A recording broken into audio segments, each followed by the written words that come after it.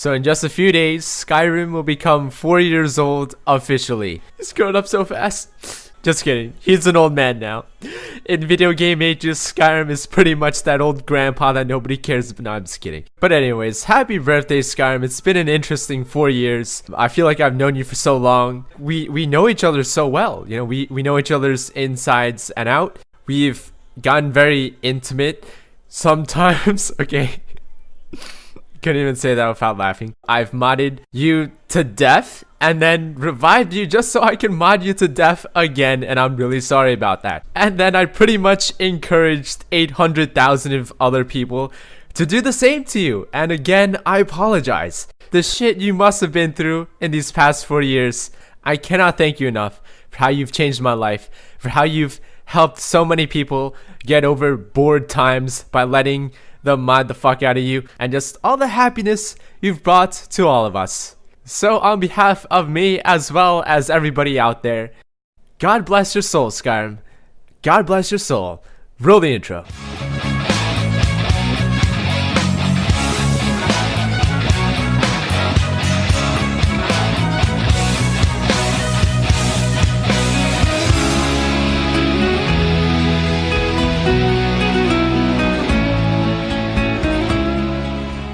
Are you tired of walking into the abandoned mare, sitting down, and having to look at Hulda's face? No offense, Hulda, but you don't look like this. From the creator of Bitchin' Wives and Bitchin' War Maidens comes Bitchin' NPCs, a mod that changes the appearance of Vex, Sapphire, Earleft, Rick, Hulda, and Lizette. As you can see, Sapphire no longer looks like a cunt. She still looks like she has an attitude, but that's okay, because that's LOL friendly. You know, the resting bitch face is strong in this one. Earleft, you know, looking like she just came out of some photo shoot for Vogue. Vex is pretty much the hottest thug you've ever seen in your life. And Lizette, oh man, she is pretty much the most underrated beauty in Skyrim. Fuck Lydia.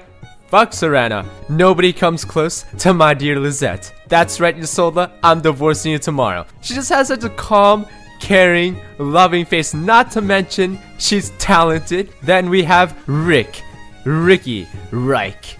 I don't even know how to say her name, but she's tough. I like how she does her hair, and she has a massive rack.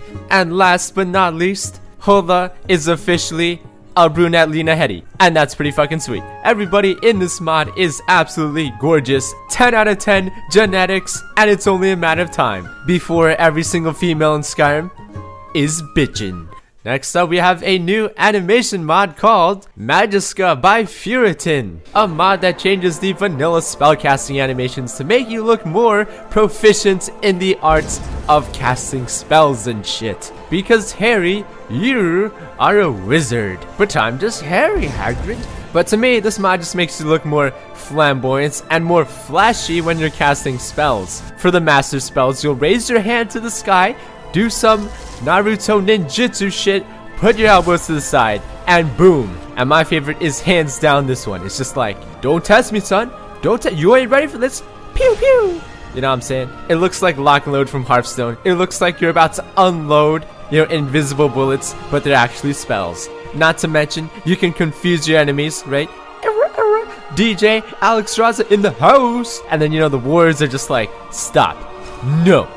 No means no. You can use these for male characters, but they are intended for female characters. And unfortunately, these cannot be seen in first person unless you use the immersive first person view mod. But even then, most of the animations happen below your field of view. These can be used with the YYZ animations for walking and running and sprinting, because this mod does not include those animations. And of course, these are not the end-all be-all spellcasting animations. There are others out there to choose from. You know, all of this is just advice. Do whatever the fuck you want to do. You'll get an extra beating. Do I make myself clear? Yes. And his name is John C.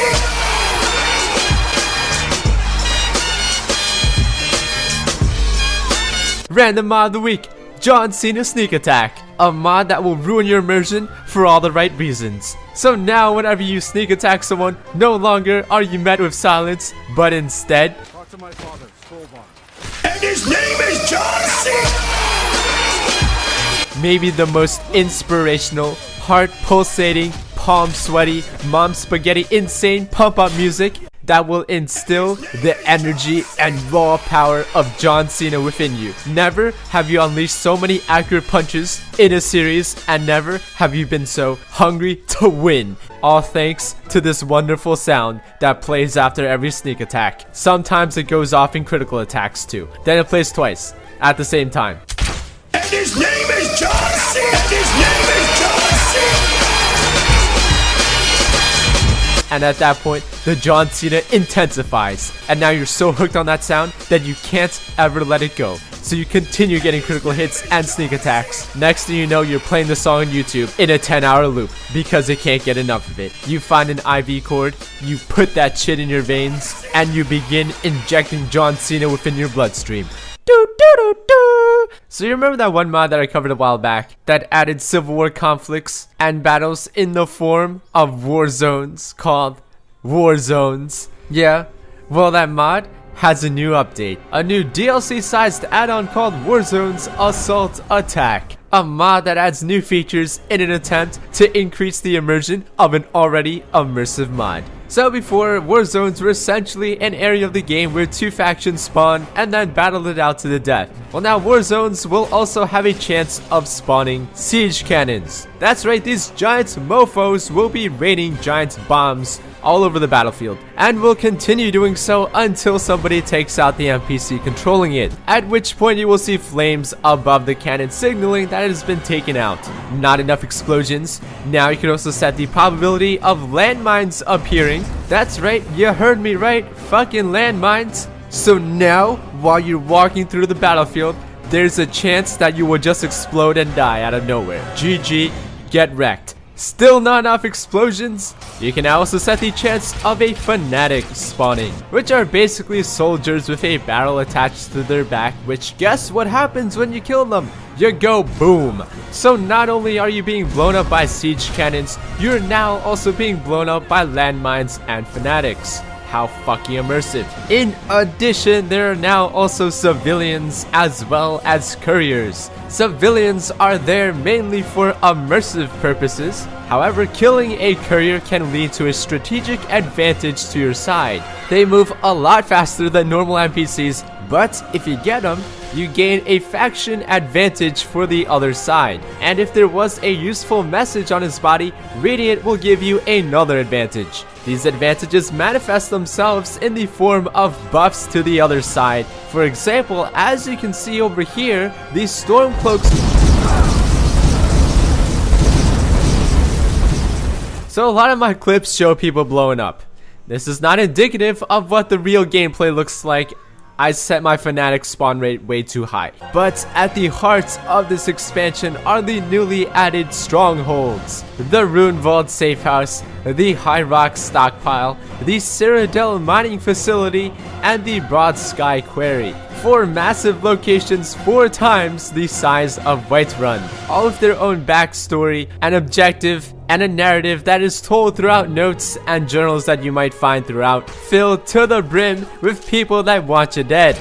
And let me tell you, clearing one of these strongholds is one hell of a challenge, which requires that you strategically take out these siege cannons, avoid walking on landmines, and just in general with this mod, just avoid immediately internally combustulating. And you're pretty much good. So I know Halloween was last week, but I have a Halloween mod for you guys because it was released on the day of Halloween, which was too late for that week's episode. And there's no way I cannot not show you guys this mod because it is just that awesome. This is Evil. Medieval. A mod that attempts to recreate the first 4 levels of Medieval from the original PlayStation. So to start, simply press New Game and choose Daniel Fortescue as your race. You are apparently at the end of time, and you can now choose between playing as the Dragonborn back in Skyrim or playing as the hero of Gallowmere in Medieval, and obviously you're going to choose the latter. So legend has it that Sir Daniel Fortescue was once the hero of Gallowmere, in which he battled the evil sorcerer Zarak, who had raised an army of demons. He defeated the sorcerer during battle and got mortally wounded, and he died. And now this is him. Yeah.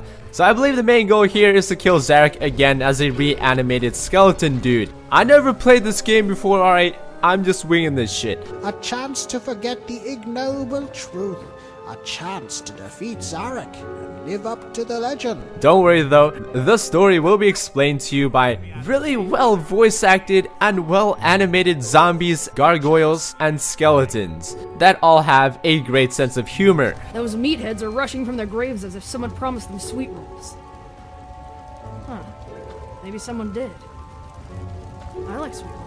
But seriously though, I know they're just skeletons, but the animations are freaking awesome. So as you journey through this spooky but detailed, so detailed that I could barely maintain 30 frames in a lot of areas, right? You're gonna need a pretty beefy PC, but if you do have one, you're gonna be treated to some fantastic visuals for a mod. Some of the map design here is just so professional looking, you could have sworn this guy was like some game studio making this. You'll be obtaining new items and weapons, staves, throwing daggers, which are awesome. You'll be obtaining a new currency called obols, which you can then spend at these creepy skeletons with massive hands reaching out of a wall. For 30 obols, he will pick something out at random and then you'll be able to buy it. Fighting new enemies, solving puzzles that you would never see in Skyrim. Monologue Balls Inferno was insane in the scripting department. Forgotten City was insane in the story. But this mod right here is probably the most polished and well-crafted experience you can get out of Skyrim modding. The new animations, the voice acting, the custom assets all work really well,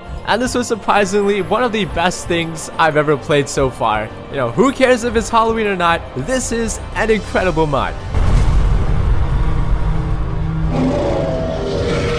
If you're looking for some cheap games, check out g2a.com, link in the description below.